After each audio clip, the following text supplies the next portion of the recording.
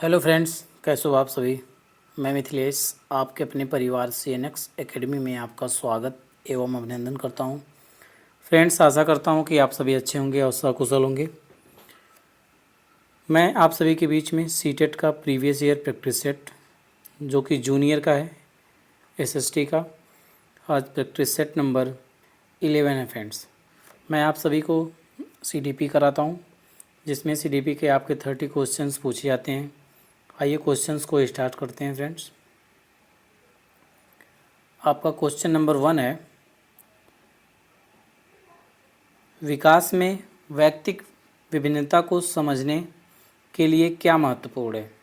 Option 1, पर्यावरणीय कारकों पर विचार करना जो लोगों को प्रभावित करते हैं, या फिर ऑप्शन नंबर 2, शरीर एवं दिमाग के परिपक्वन पर विचार करना।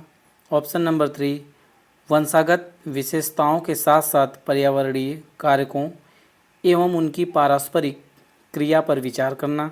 या फिर ऑप्शन नंबर 4, वंशागत विशेषताओं पर विचार करना जो प्रत्येक व्यक्ति को जीवन में विशेष शुरुआत देती है। तो आपका राइट आंसर क्या हो जाएगा? ऑप्शन नंबर 3 आपका राइट आंसर हो जाएगा, जो कि क्या है फ्रेंड्स, वंशागत विशेषताओं के साथ साथ पर्यावरणीय कारकों एवं उनकी पारस्परिक क्रिया पर विचार करना। वंशागत मतलब जो हेरिडेटरी होते हैं विशेषताएं, क्वालिटीज़, उसके साथ साथ जो एनवायरमेंटल फैक्टर्स आपके होते हैं, क्या करते हैं, आपस में पारस्परिक क्रिया करते हैं, ये आपस में इंटरेक्ट होते हैं। ठीक है फ्रेंड्स, इसमें क्या होता है, व्यक्तिगत विभिन्नता मतलब आप क्या समझते हैं? इंडिविजुअल जो डिफरेंसेस होते हैं, इसको इंग्लिश में क्या कहते हैं? इसको कहते हैं इंडिविजुअल डिफरेंसेस, व्यक्तिगत विभिन्नता। इसका मतलब क्या होता है, जब दो बालक होते हैं उनमें समान समानताएं होती हैं, उनमें विभिन्न विभिन्न समानताएं होती हैं, उसके बाद भी वो क्या करते हैं, भिन्न भिन्न व्यवहार करते हैं। जैसे कोई दो बालक हुए या दो व्यक्ति आप मान लीजिए, वे दोनों जो होते हैं वे समान होते हैं, ठीक है, भिन्न भिन्न होते हुए उनमें क्या होती है, समानताएं जो होती हैं, लेकिन उनमें व्यवहार क्या होता है, उनका डिफरेंट होता है। सबका, प्रत्येक व्यक्ति का व्यवहार डिफरेंट डिफरेंट होता है, उसे क्या कहते हैं, व्यक्तिगत विभिन्नता। इसमें क्या होता है, प्रत्येक व्यक्ति में जैविक, मानसिक, सांस्कृतिक, संवेगात्मक अंतर पाया जाता है। ठीक है, इसी के कारण क्या होता है, व्यक्ति एक दूसरे से भिन्न पाए जाते हैं। आइए नेक्स्ट क्वेश्चन की तरफ बढ़ते हैं। आपका अगला प्रश्न है, निम्नलिखित में से कौन सा विकास का सिद्धांत नहीं है। ऑप्शन 1, विकास तुलनात्मक रूप से क्रमिक होता है।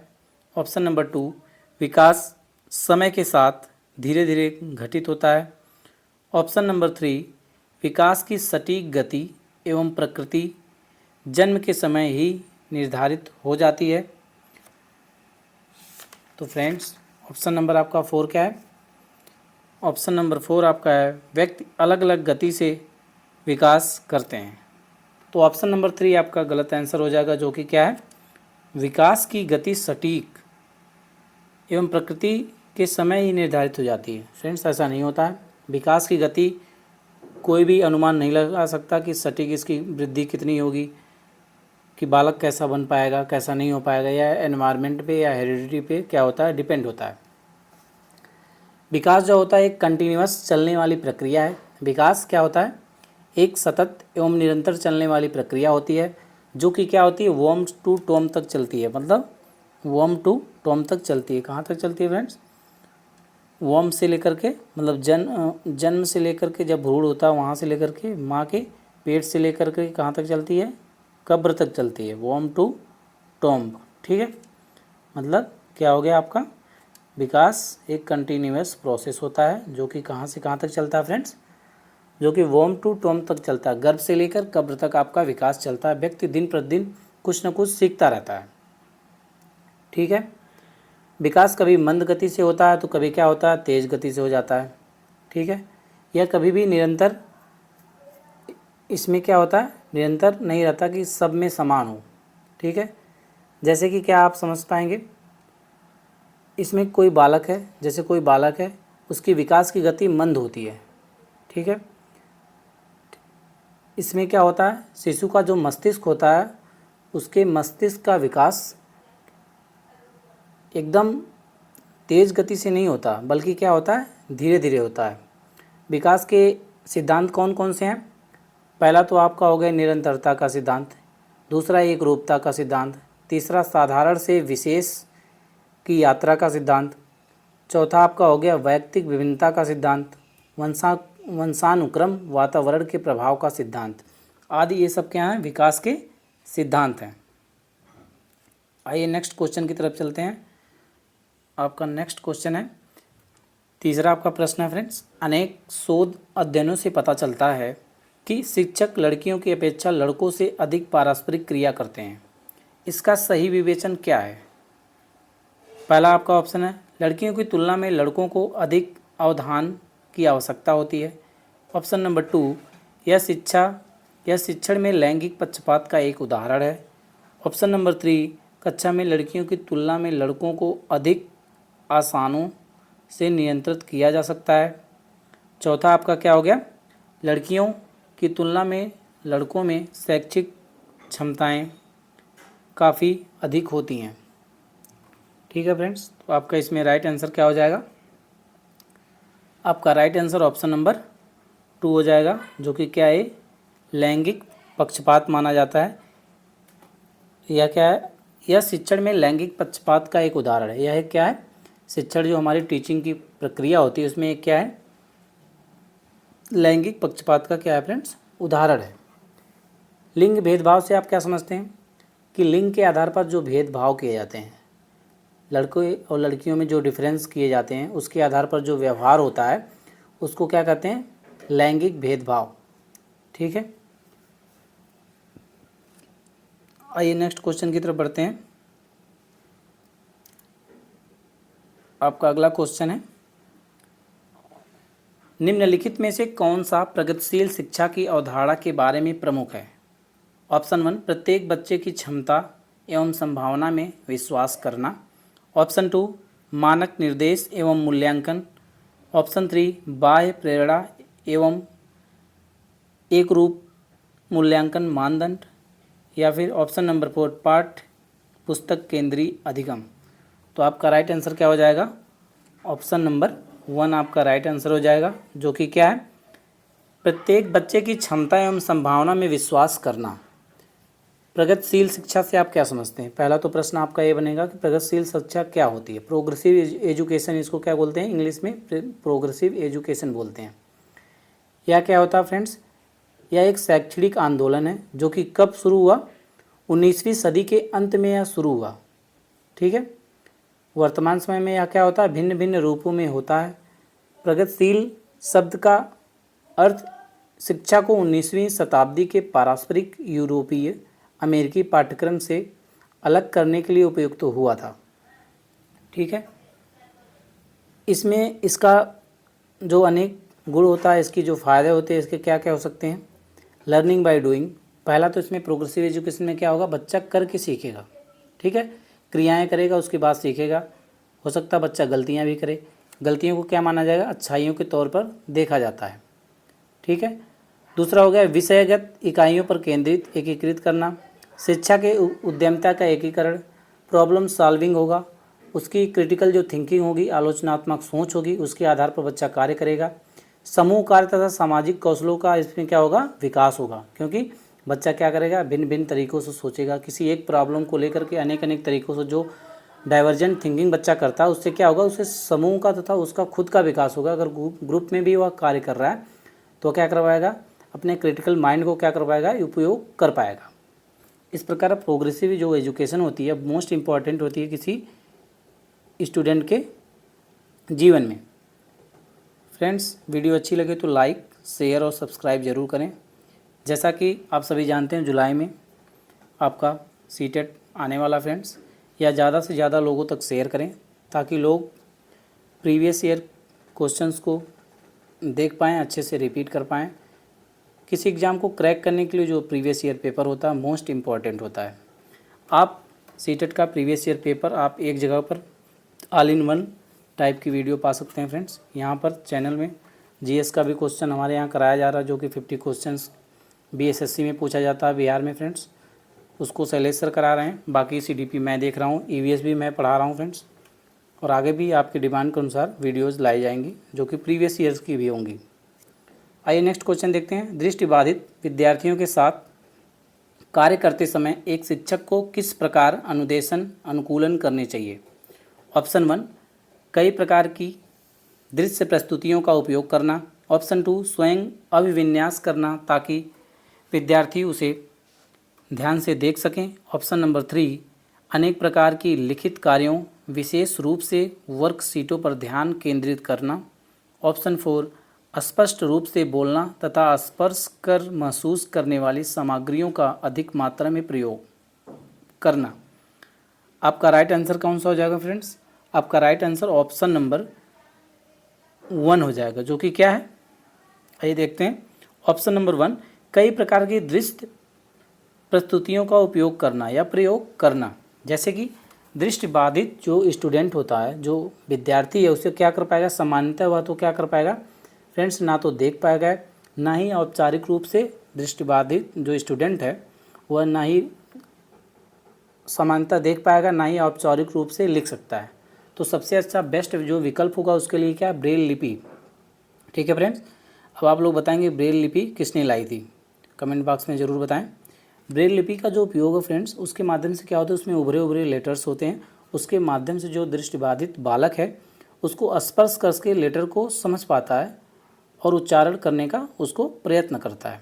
सबसे बेस्ट तरीका तो ये आपका हो गया, जिससे क्या होगा, उसके लिए सहायक बन सकेंगी। ठीक है, ऐसी सामग्री का प्रयोग करना जो उसके लिए क्या हो, स्पर्शनीय हो, मतलब उसको स्पर्श करके देखे, जैसे कि ब्रेल लिपि में विवरण इसमें दिया हुआ है। ठीक, आइए नेक्स्ट क्वेश्चन देखते हैं फ्रेंड्स। आपका अगला प्रश्न है, सहयोगात्मक अधिगम एवं हम उम्र साथियों के द्वारा शिक्षण का एक समावेशी कक्षा में किस प्रकार से उपयोग करना चाहिए? ऑप्शन 1, सक्रिय रूप से हतोत्साहित करना, यह तो बिल्कुल गलत है। ऑप्शन नंबर 2, कभी कभी प्रयोग करना चाहिए, ये भी गलत है फ्रेंड्स। ऑप्शन नंबर 3, प्रयोग नहीं करना चाहिए। ऑप्शन नंबर 4, सक्रिय रूप से आगे बढ़ाना चाहिए। तो आपका राइट आंसर इसमें क्या हो जाएगा? ऑप्शन नंबर 4 आपका राइट आंसर होगा, जो कि क्या है, सक्रिय रूप से आगे बढ़ाना चाहिए। ठीक है, बच्चा क्या हो, एक्टिव हो, क्या हो फ्रेंड्स, एक्टिव हो, तभी वह क्या कर पाएगा, समान रूप से कार्य कर पाएगा, सहयोगात्मक अधिगम तभी कर पाएगा। ठीक है, समावेशी शिक्षा का मतलब होता है इंक्लूसिव एजुकेशन। इंक्लूसिव एजुकेशन मतलब इंक्लूजन, शिक्षा का इंक्लूजन कैसे किया जाए, मतलब सबको एक साथ कैसे पढ़ाया जाए समावेशन करके, चाहे बच्चा सामान्य रूप से स्वस्थ हो या फिर किसी भी प्रकार से विकलांगता से बच्चा ग्रसित भी हो सकता है, या स्पेशल जो चिल्ड्रंस हो हमारे होते हैं शारीरिक रूप से विकलांग हो, या उनमें कोई शारीरिक कमियां हो, जैसे उन्हें सुनाई ना देता हो, या फिर चलने में कोई कठिनाई महसूस हो, या फिर मानसिक रूप से विकलांग हो, या फिर पढ़ने या लिखने में कठिनाई का जो क्या हो फ्रेंड्स, उसमें कठिनाई महसूस कर रहे हों, किसी प्रकार से कमज़ोर हों, मतलब सबका समावेशन हम एक साथ करेंगे, जो कि सामान्य बच्चे भी और जो किसी प्रकार से डिसेबल्ड बच्चे हैं, सबको हमें एक साथ लेके चलना, सबके अनुसार हमें कार्य करने हैं। ठीक है, तो इस प्रकार से समावेशी शिक्षा का जो क्या है फ़ायदा मिलता है कि हम किसी भी प्रकार का भेदभाव ना करके सबको समान रूप से शिक्षा प्रदान करते हैं। आइए नेक्स्ट क्वेश्चन पर चलते हैं। निम्नलिखित में से कौन सा समावेशी कक्षा में सबसे अधिक महत्वपूर्ण है? इसमें कौन सा मोस्ट इम्पॉर्टेंट है? जो क्रियाएं यहाँ पर दी हुई हैं, इसमें मोस्ट इम्पॉर्टेंट कौन सा है? फर्स्ट आपका है मानकीकृत परीक्षण, जो कि बिल्कुल रॉन्ग है। ऑप्शन 2 आपका प्रतियोगी अधिगम को बढ़ावा देना। ऑप्शन 3 विशिष्ट शिक्षा योजना। ऑप्शन 4 समरूप निर्देशन, समरूप निर्देश। तो आपका इसमें राइट आंसर क्या हो जाएगा? ऑप्शन नंबर 3 आपका क्या होगा फ्रेंड्स, इसमें राइट होगा विशिष्ट शिक्षा योजना। ठीक है, विशिष्ट शिक्षा योजना। जैसे कि फ्रेंड्स क्या होता है, एक क्लास में भिन्न भिन्न प्रकार के बच्चे होते हैं, सबका आईक्यू लेवल समान नहीं होता, सबके आईक्यू लेवल जो होते हैं डिफरेंट होते हैं, भिन्न होते हैं। कुछ बच्चे होते हैं जो अक्षरों को उल्टा लिखते हैं, कुछ सीधा लिखते हैं, किसी की श्रवण शक्ति कम होती है, किसी की मंद बुद्धि वाले कुछ बच्चे होते हैं, कोई किसी चीज़ को जल्द से जल्द एक ही बार में पकड़ लेता है, कोई किसी चीज़ को क्या करता है 2-3 बार पढ़ाने के बाद वह वहाँ तक पहुँच पाता है। तो इस प्रकार इसमें क्या होगा, विशिष्ट शिक्षा योजना के माध्यम से हम क्या कर पाएंगे, सबको कवर करने का प्रयत्न करेंगे। आइए नेक्स्ट क्वेश्चन की तरफ बढ़ते हैं। अधिगमकर्ताओं एवं उनकी प्राथमिक विशेषताओं के मिलान युग्मों में से निम्नलिखित में से कौन सा सही है? ऑप्शन नंबर 1 पठन अक्षमता, अधिगमकर्ता, धारा प्रवाह, पढ़ने एवं लिखने की कमी। दूसरा आपका है सृजनात्मक अधिगमकर्ता, ये क्या होता है, अति सक्रिय, कार्य को पूरा करने में धीमे हैं। ऑप्शन 3 आपका है अवधानात्मक कमी अधिगमकर्ता, उच्च अभिप्रेरणा, लंबे समय तक अवधान बनाए रख सकते हैं। ऑप्शन नंबर 4 आपका क्या है, श्रवण क्षतिग्रस्त अधिगमकर्ता, दृश्य सूचनाओं का समझ नहीं रखते। तो आपका इसमें राइट आंसर कौन सा हो जाएगा? ऑप्शन नंबर 1 आपका राइट आंसर है, जो कि क्या है, पठन अक्षमता। ठीक है, इसमें क्या होता है, धारा प्रवाह से पढ़ने एवं लिखने की कमी क्या होती है फ्रेंड्स? पठन विकार को क्या बोलते हैं? डिसलेक्सिया होता है, जो कि क्या होता है, पठन विकार हमारा होता है। इसमें पढ़ने या लिखने में क्या होती है, बच्चे में कमी आ जाती है। ठीक है, जिसको क्या हम बोलते हैं, डिसलेक्सिया बोलते हैं। इससे आप क्या समझते हैं, जैसे कि अधिगम अक्षमता। अधिगम अक्षमता क्या होता है? अधिगम शब्द का जो आशय होता है सीखने से होता है। ठीक है, अधिगम का मतलब होता है लर्निंग या सीखना। अक्षमता का तात्पर्य क्या होता है? अभाव या क्षमता की अनुपस्थिति, मतलब पठन अक्षमता हो गया। डिस का मतलब होता है अनुपस्थिति या फिर अभाव। ठीक, जिस भी वर्ड के आगे डिस लग गया मतलब क्या है, उसमें कमी कुछ ना कुछ है। ठीक है, इसको याद करने के तरीके क्या होते हैं, ज़्यादातर आप इंग्लिश में याद करेंगे तो ज़्यादा बेस्ट होगा। डिसलेक्सिया हो गया, डिसकैलकुलिया हो गया, कैलकुलेशन से संबंधित हो गया, डिस्ग्राफिया हो गया, लिखने से संबंधित विकार हो गए। इसके डिटेल में मैं वीडियो लेके आऊँगा फ्रेंड्स, जो भी विकार आपके हैं शॉर्ट वीडियो में मैं लाऊंगा, आप वहाँ से देख सकते हैं। इसके पहले भी मैंने शॉर्ट में वीडियो डाल रखा है। आइए नेक्स्ट क्वेश्चन को देखते हैं। एक समस्या को मूल एवं अपसारी समाधानों के साथ करने की योग्यता निम्नलिखित में से किसकी एक प्राथमिक विशेषता है? ऑप्शन नंबर 1 क्षतिग्रस्त बच्चों की, ऑप्शन नंबर 2 सृजनात्मक बच्चों की, ऑप्शन नंबर 3 अधिगम अशक्तता वाले बच्चों की, या फिर ऑप्शन नंबर 4 अहंग केंद्रित बच्चों की। आपका राइट आंसर इसमें क्या हो जाएगा? ऑप्शन नंबर 2 सृजनात्मकता वाले जो बच्चे होते हैं, सृजनात्मक जो बच्चे होते हैं, क्रिएटिव जो स्टूडेंट्स होते हैं, उसमें ऐसी क्या होती है फ्रेंड्स, इसमें प्राथमिक विशेषता ऐसी पाई जाती है। सृजनात्मकता का क्या मतलब होता है? क्रिएटिव, किसी कार्य को क्रिएटिव तरीके से नए नए सृजनात्मक सोच से अनेक प्रकार से किसी कार्य को करने की जो क्षमता होती है क्रिएटिव होती है। नवीन प्रकार से हम कार्य करने का प्रयत्न करते हैं। ठीक है, मतलब अपने विचारों का जो नए नए तरीके से उत्पादन होता है उसे हम क्या कहते हैं? नए रूपों में वो विचार को उत्पन्न कर पाता है या फिर नवीन रूप से कार्य करने का प्रयत्न करता है।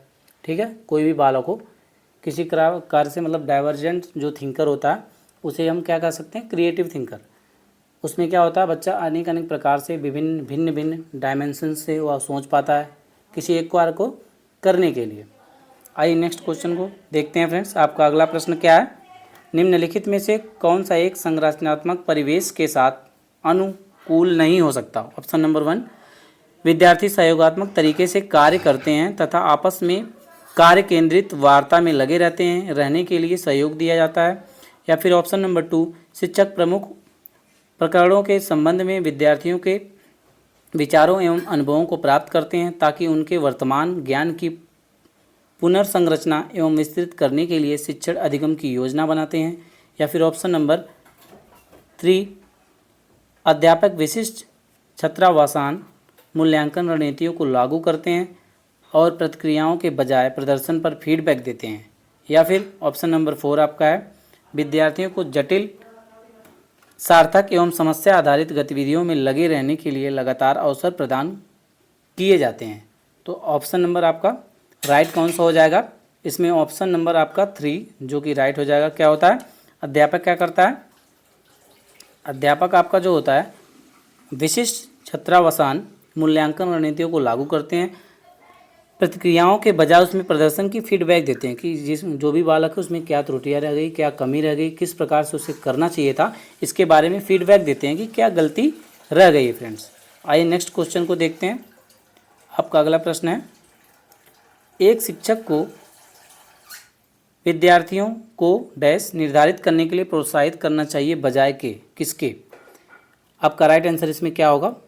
आप लोग इसको देखें कि इसमें राइट आंसर आपका क्या हो सकता है। एक शिक्षक को क्या करना चाहिए? अधिगम लक्ष्य के निर्धारित करने के लिए उसे क्या करना चाहिए? आइए देखते हैं। प्रदर्शन लक्ष्य, अधिगम लक्ष्य, या फिर असफलता से बचने के लिए अंक देने के लिए, या फिर अंक देने के लिए लक्ष्य, या असफलता से बचने के लिए लक्ष्य, या फिर अधिगम लक्ष्य या प्रदर्शन लक्ष्य। तो आइए क्वेश्चन को पढ़ने के साथ साथ ही करते हैं। एक शिक्षक को विद्यार्थियों को क्या करना चाहिए फ्रेंड्स? अधिगम लक्ष्य को निर्धारित करना चाहिए। ठीक है, निर्धारित करने के लिए क्या करना चाहिए? प्रोत्साहन करना चाहिए बजाय किसके? प्रदर्शन लक्ष्य के। तो आपका राइट आंसर क्या हो जाएगा? ऑप्शन नंबर 4 जो कि क्या है आपका राइट आंसर है, अधिगम लक्ष्य एवं प्रदर्शन लक्ष्य। आइए नेक्स्ट क्वेश्चन को देखते हैं। निम्नलिखित में से कौन सा अधिगम सार्थक सरलीकरण के रूप में परिणित नहीं होता? ऑप्शन नंबर 1 दोहराने एवं स्मरण करने को बढ़ावा देना। ऑप्शन नंबर 2 उदाहरणों एवं गैर उदाहरणों का प्रयोग करना। ऑप्शन नंबर 3 समस्या पर अनेक तरीकों से विचार करने के लिए प्रोत्साहित करना। ऑप्शन नंबर 4 पहले विद्यमान ज्ञान से नए ज्ञान को जोड़ना। आपका इसमें राइट आंसर क्या हो जाएगा? ऑप्शन नंबर 1 आपका राइट आंसर होगा, जो कि क्या है निगेटिव आपका पूछा है। निगेटिव का भाई क्या होता है? निगेटिव होता है, जो कि ऑप्शन नंबर 1 है। दोहराना या फिर रटना या फिर स्मरण करना, ये सब क्या है निगेटिव आंसर्स आपके होते हैं। जहाँ भी ये आपको सीटेट में दिखें आपके निगेटिव माने जाते हैं, तो आप इसको आंख मूंद करके क्या करना? ऑप्शन लगा देना, जो कि सही होगा। आइए नेक्स्ट क्वेश्चन देखते हैं। इनमें से कौन सा बाय का एक उदाहरण है? ऑप्शन नंबर 1 मैं बहुत अधिक सीखती हूँ जब मैं अपना गृह कार्य करती हूँ।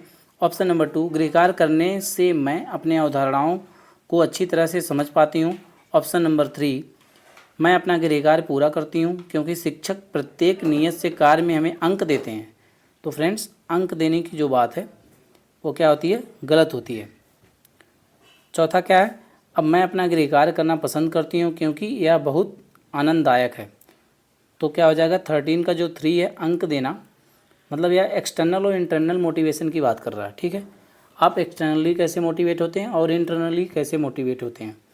पहला तो आपका राइट आंसर क्या हो जाएगा इसमें? एक्सटर्नल रूप से मोटिवेशन क्या हो गया? मैं अपना गृह कार्य करती हूँ इसलिए वह करती है क्योंकि शिक्षक उसे नियत कार्य करने के लिए उसे अंक देता है। ठीक है, बल्कि वो अपनी मर्जी से नहीं कर रही है। किसी कार्य को हम अगर अपनी मर्जी से कर रहे हैं, अपने इंटरेस्ट के साथ कर रहे हैं, वह इंटरनल मोटिवेशन के रूप में आएगा। आंतरिक मोटिवेशन, आंतरिक जो क्या होता है मोटिवेशन माना उसको जाता है। बाह्य जो होता है वो क्या होता है? मतलब किसी के द्वारा हम लाभान्वित किए जा रहे हैं या फिर कोई हमें इंटरेक्ट करा रहा है, उसके माध्यम से हम क्या कर पा रहे हैं? उस कार्य को करने का प्रयत्न कर रहे हैं एक्सटर्नल रूप से, जैसे कोई इनाम दिया जा रहा है। ठीक है, तो क्या हो गया? एक्सटर्नल मोटिवेशन हो गया। इंटरनल सेल्फ मोटिवेटेड हम होते हैं किसी कार्य को करने के लिए। आइए नेक्स्ट क्वेश्चन की तरफ चलते हैं। आपका अगला प्रश्न है, एक प्राथमिक कक्षा कक्ष में एक शिक्षक को क्या करना चाहिए? ऑप्शन 1 केवल गैर उदाहरण देने चाहिए। ऑप्शन नंबर 2 उदाहरण एवं गैर उदाहरण दोनों देने चाहिए। तो आपका राइट आंसर क्या हो जाएगा? ऑप्शन नंबर 2 उदाहरण एवं गैर उदाहरण दोनों देना चाहिए, जो कि क्या होता है विद्यार्थी के लिए फ़ायदेमंद होता है। आइए नेक्स्ट क्वेश्चन को देखते हैं। आपका अगला प्रश्न है, निम्नलिखित रणनीतियों में से कौन सी बच्चों में अर्थ निर्माण को बढ़ावा देगी? कौन सी देगी? ऑप्शन नंबर 1 सूचनाओं का संचरण। ऑप्शन नंबर 2 दंडात्मक साधनों का प्रयोग करना। ऑप्शन नंबर 3 समरूप एवं मानकीकृत परीक्षण। ऑप्शन नंबर 4 अन्वेषण एवं परिचर्चा। आपका राइट आंसर इसमें क्या होगा फ्रेंड्स? ऑप्शन नंबर 4 आपका राइट आंसर होगा, जो कि क्या है अन्वेषण। अन्वेषण का मतलब होता है खोज, एवं परिचर्चा मतलब उस पर चर्चा करना। खोज एवं चर्चा करेंगे जब हम, क्या होगा बच्चों में अर्थ निर्माण की क्रिया या शक्ति क्या होगी? बढ़ेगी। उनमें आपस में डिस्कशन कराएंगे, जिससे क्या होगा वह अन्वेषण करने का प्रयत्न करेंगे, खोज करने का प्रयत्न करेंगे या डिस्कवरी करने का प्रयत्न करेंगे। ठीक है फ्रेंड्स, इससे क्या होता है जब हम आपस में वाद विवाद या परिचर्चा या फिर डिस्कशन बच्चों में आपस में करवाते हैं, तो उसमें क्या होता है, अन्वेषण की विधि या फिर खोज की विधि जो होती है, परिचर्चा व्यवहार से इसमें क्या होता है, उसमें उसके मानसिक एवं सामाजिक सोच में उनका विकास होता है। आइए नेक्स्ट क्वेश्चन की तरफ बढ़ते हैं। आपका अगला प्रश्न है, निम्नलिखित में से कौन प्रभावी अधिगम रणनीतियों के उदाहरण हैं? प्रभावी अधिगम रणनीतियों का उदाहरण कौन कौन सा है? आइए देखते हैं।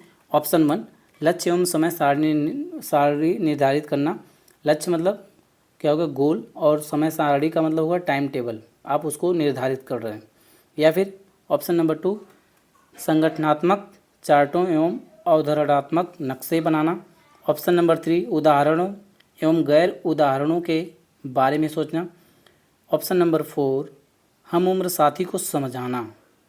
जो आपके कलीग्स हैं, जो आपके साथ पढ़ने वाले बच्चे हैं, आप उसको समझा रहे हैं, एक्सप्लेन कर रहे हैं। किसी चीज़ को आपने लर्न कर लिया, सीख लिया, तो आप उस चीज़ को आप क्या कर रहे हैं, एक्सप्लेन कर रहे हैं दूसरे अपने साथी को, अपने कलीग को। उससे क्या होगा, इससे भी आपका क्या होता है फ्रेंड्स, ये प्रभावी रणनीतियों के एग्जाम्पल हैं, जिससे क्या होगा, आप चीज़ों को जल्दी से जल्दी सीख पाएंगे और उसे याद करने के लिए आपके लिए अच्छा होगा और आप समझ भी जाएंगे। आपका राइट आंसर इस प्रकार क्या हो जाएगा, इसमें ऑप्शन नंबर आपका जो राइट आंसर है फ्रेंड्स, ऑप्शन नंबर 3 आपका राइट आंसर है, जो कि क्या है 1 2 3 4 5 6। यहाँ जितने भी ऑप्शंस दिए हुए हैं सारे आपके राइट ऑप्शन हैं।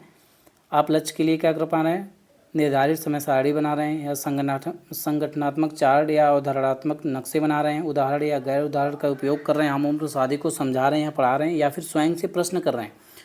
किसी पार्ट को आपने पढ़ लिया, स्वयं से भी आप प्रश्न कर रहे हैं, उसमें खुद क्वेश्चन बना रहे हैं, खुद को आंसर देने का प्रयत्न कर रहे हैं, मतलब क्या कर पा रहे हैं, उसमें सीखने का ज़्यादा से ज़्यादा प्रयत्न कर रहे हैं। आप अपनी थिंकिंग को उसमें लगा रहे हैं, कॉग्निटिव थिंकिंग का उपयोग कर रहे हैं। ठीक है, विभिन्न डायमेंशन से आप सोचने का प्रयत्न कर रहे हैं।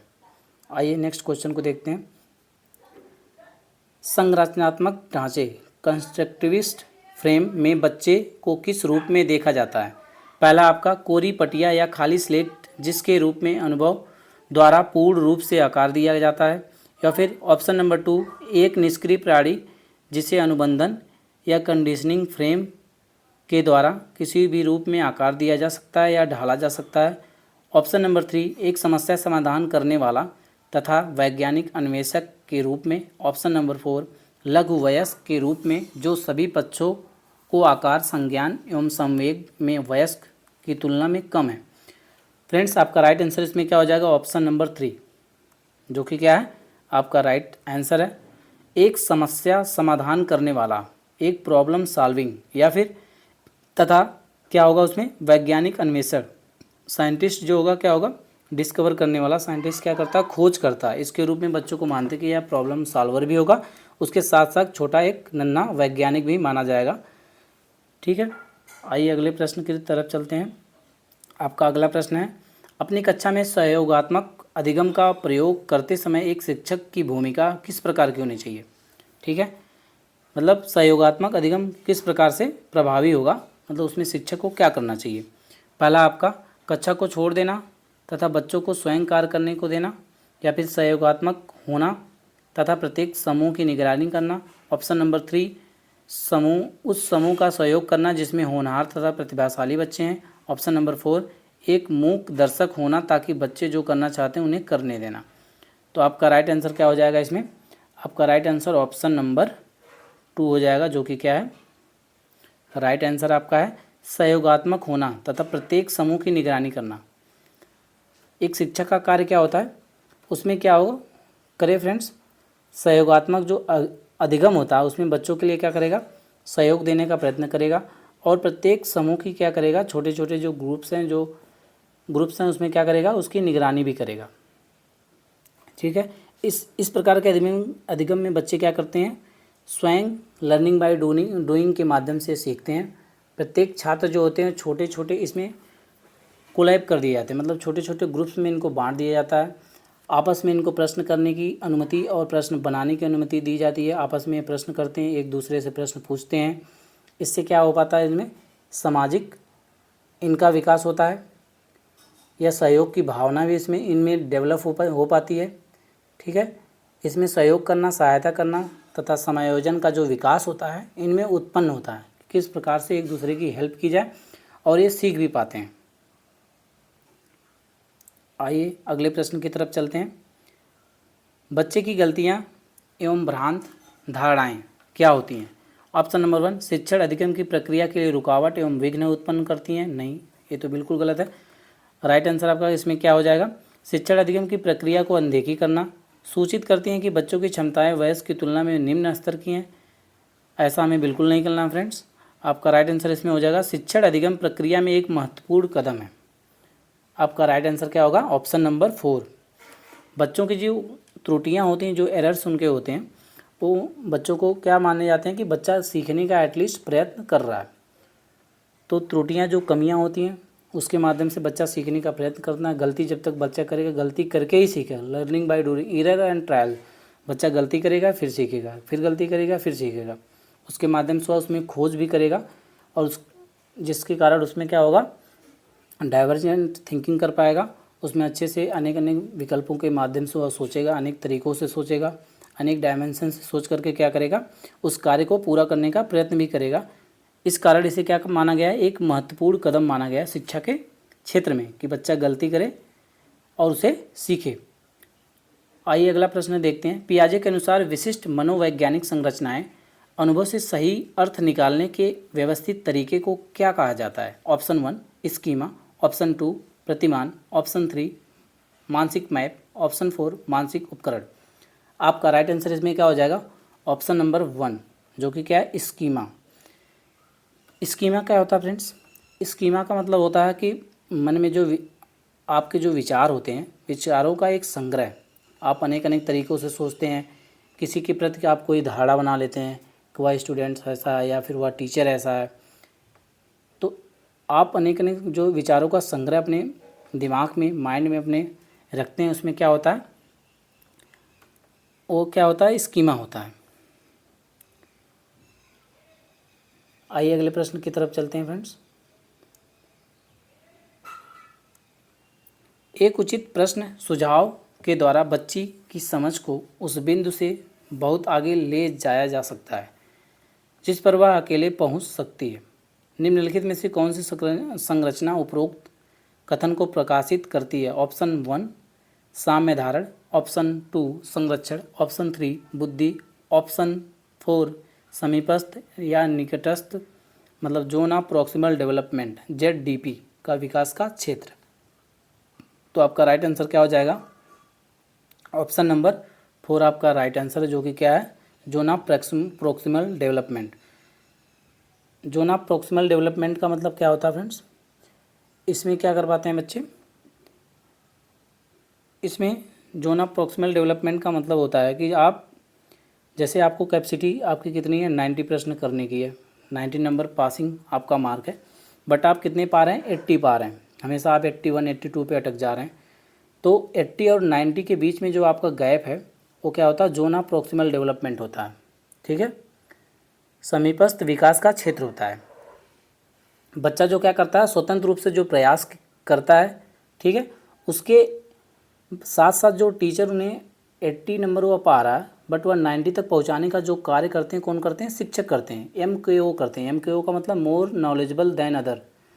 वह MKO कौन हो सकता है? आपका टीचर भी हो सकता है, पेरेंट्स भी हो सकते हैं, आपके फैमिली मेम्बर्स भी हो सकते हैं, या फिर आपके पड़ोसी भी हो सकते हैं, कोई भी हो सकता है।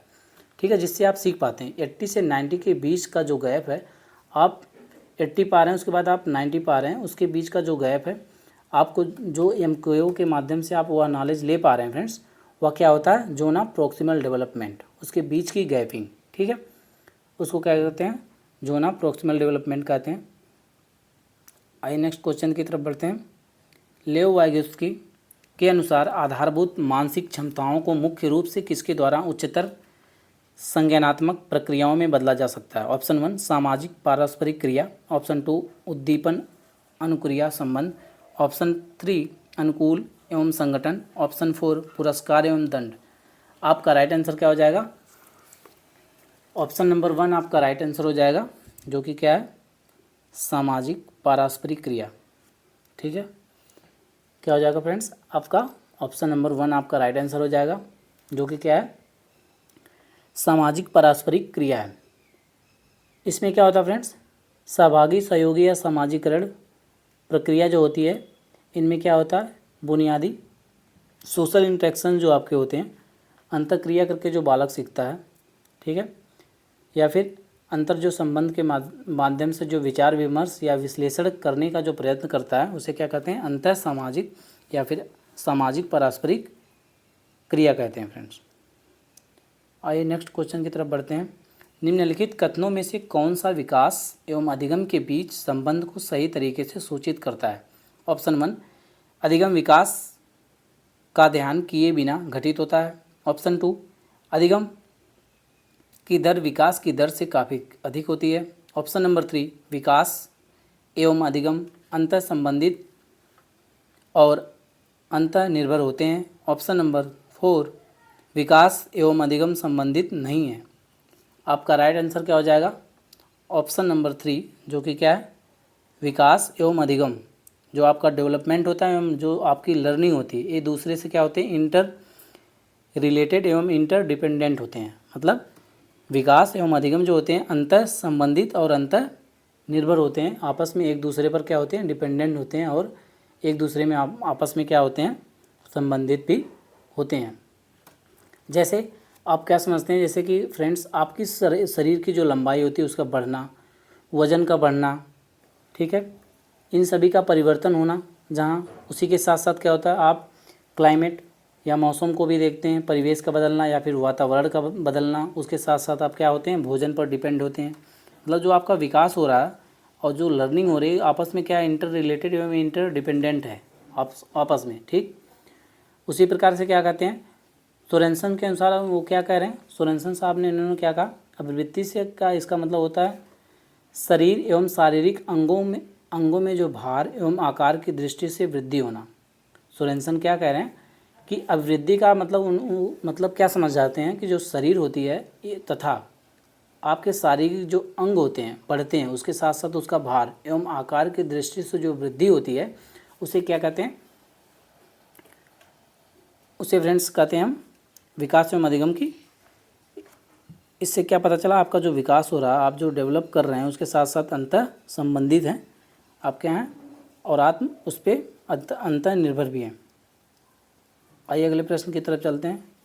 निम्नलिखित में से कौन सा मूर्त क्रियात्मक अवस्था के रूप में कौशल में से एक है? ऑप्शन नंबर 1, सुरक्षित रखने की योग्यता। ऑप्शन नंबर 2, परिलक्षित एवं परिकल्पित निगमनात्मक तर्क। ऑप्शन 3, द्वितीयक वर्तुल प्रतिक्रियाएं। ऑप्शन 4, सजीवात्मक एनिमिस्टिक चिंतन। आपका राइट आंसर क्या हो जाएगा? ऑप्शन नंबर 1, जो कि क्या है, सुरक्षित रखने की योग्यता। आइए नेक्स्ट क्वेश्चन की तरफ बढ़ते हैं। जीन पियाजे एवं लेव वागोस्की जैसे संरचनावादी अधिगम को किस रूप में देखते हैं?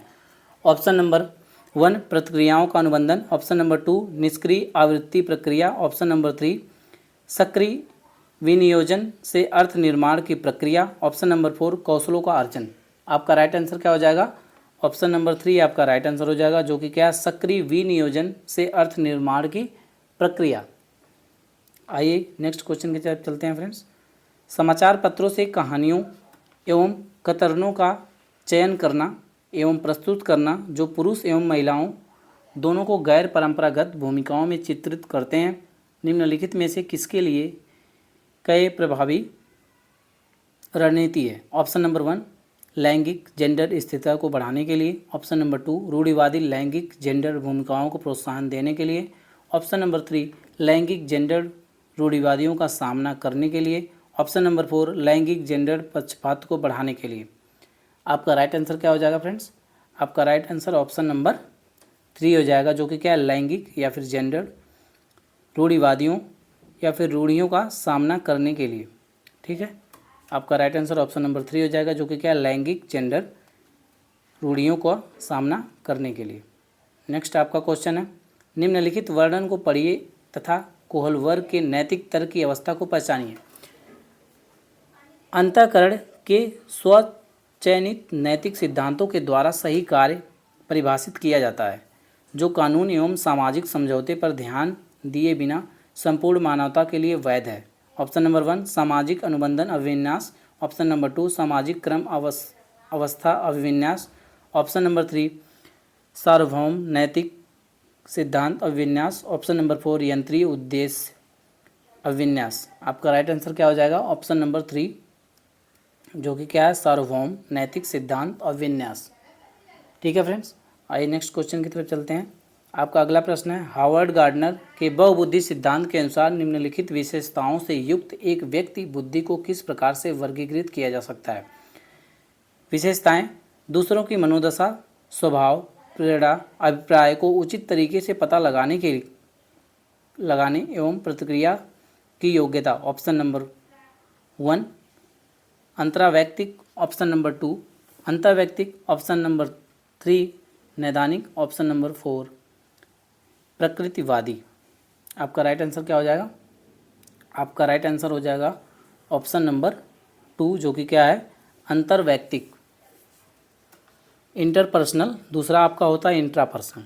तो फ्रेंड्स इसको इंग्लिश में याद करें, ज़्यादा वो बेस्ट होगा। इंटरपर्सनल का मतलब होता है अंतर्वैयक्तिक, जो हम दूसरे के मनोभावों को, दूसरे के दशाओं के बारे में हम जान लेते हैं, बातचीत करके उसके माध्यम से हम समझ पाते हैं कि उन्हें क्या दिक्कत है या क्या परेशानी है, उनके विचारों को जानना या समझना, ये होता है अंतर्वैयक्तिक, जो कि होता है इंटरपर्सनल। इंट्रापर्सनल जो होता है क्या होता है फ्रेंड्स? जो आपके साधु महात्मा होते हैं, ठीक है, ये क्या करते हैं? इंट्रापर्सनल इनको माना जाता है। ये क्या कर पाते हैं? अंतर ध्यान, अपने मन में जो ध्यान वगैरह करते हैं, इनको क्या बोलते हैं? इंट्रापर्सनल, जो कि क्या होता है? अंतरावैयक्तिक। आइए नेक्स्ट क्वेश्चन की तरफ चलते हैं। बच्चों के मूल्यांकन के निम्नलिखित में से कौन सा कारक होने चाहिए? ऑप्शन नंबर 1 बच्चों को गैर उपलब्धि वाले, निम्न उपलब्धि वाले, औसत एवं उच्च उपलब्धि वाले के रूप में अलग करना व नाम देना। ऑप्शन नंबर 2 कक्षा में शिक्षण अधिगम प्रक्रियाओं में सुधार करना। ऑप्शन नंबर 3 समय के साथ बच्चों में होने वाले अधिगम परिवर्तनों की प्रगति के बारे में पता लगाना। ऑप्शन नंबर 4 बच्चे की क्षमताओं, संभावनाओं, सशक्त पक्षों एवं चुनौतीपूर्ण पक्षों के बारे में माता पिता के साथ क्या करना? चर्चा करना। तो आपका राइट आंसर क्या हो जाएगा? Option number 1 1 2 3, option number 2 2 3 4, option number 4 आपका है सेकेंड एवं फोर्थ है, ऑप्शन नंबर 4 1 2 3 4। तो आपके राइट आंसर्स क्या हो जाएंगे? 2 3 4, ऑप्शन नंबर 2 आपका राइट आंसर होगा। आइए नेक्स्ट क्वेश्चन की तरफ चलते हैं फ्रेंड्स, यह आपका लास्ट क्वेश्चन है।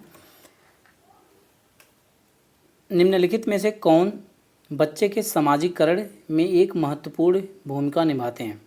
फ्रेंड्स इन ऑप्शंस में से कौन सा ऐसा ऑप्शन है या फिर कौन से ऐसे ऑप्शंस हैं जो क्या करते हैं? मोस्ट इम्पॉर्टेंट रोल क्या करते हैं? प्ले करते हैं किसी बच्चे के सोशलाइजेशन में, समाजीकरण में। Option number 1 media, option number 2 विद्यालय, ऑप्शन नंबर 3 परिवार, ऑप्शन नंबर 4 पास पड़ोस या फिर फैमिली या फिर नेबर्स जो आपके होते हैं। तो आपका राइट आंसर इसमें क्या हो जाएगा? तो फ्रेंड्स ये सभी जो होते हैं चारों ऑप्शंस मोस्ट इंपॉर्टेंट हैं। मीडिया भी आपका है, यह भी आपका राइट आंसर होगा। विद्यालय भी राइट है, परिवार भी राइट है फ्रेंड्स, पास पड़ोस भी राइट है। ये सभी क्या करते हैं? समाजीकरण के एक हिस्सा हैं, जिससे क्या होता है? बालक इन सब से इंटरेक्ट करके क्या कर पाता है? चीज़ों को सीखता है, समझता है। तो इस क्या करता है? समाजीकरण का एक महत्वपूर्ण अंग है फ्रेंड्स। इस प्रकार फ्रेंड्स आपके 30 क्वेश्चंस कंप्लीट हुए हैं जो कि सीटेट में पूछे जाते हैं। इसी प्रकार की सीरीज़ को पाने के लिए फ्रेंड्स आप हमारे चैनल को शेयर एवं सब्सक्राइब करें। हम ऐसी ही वीडियो आपके बीच में लाते रहेंगे। वीडियो अच्छी लगी हो तो लाइक, शेयर और सब्सक्राइब ज़रूर करें। Thanks for watching this video.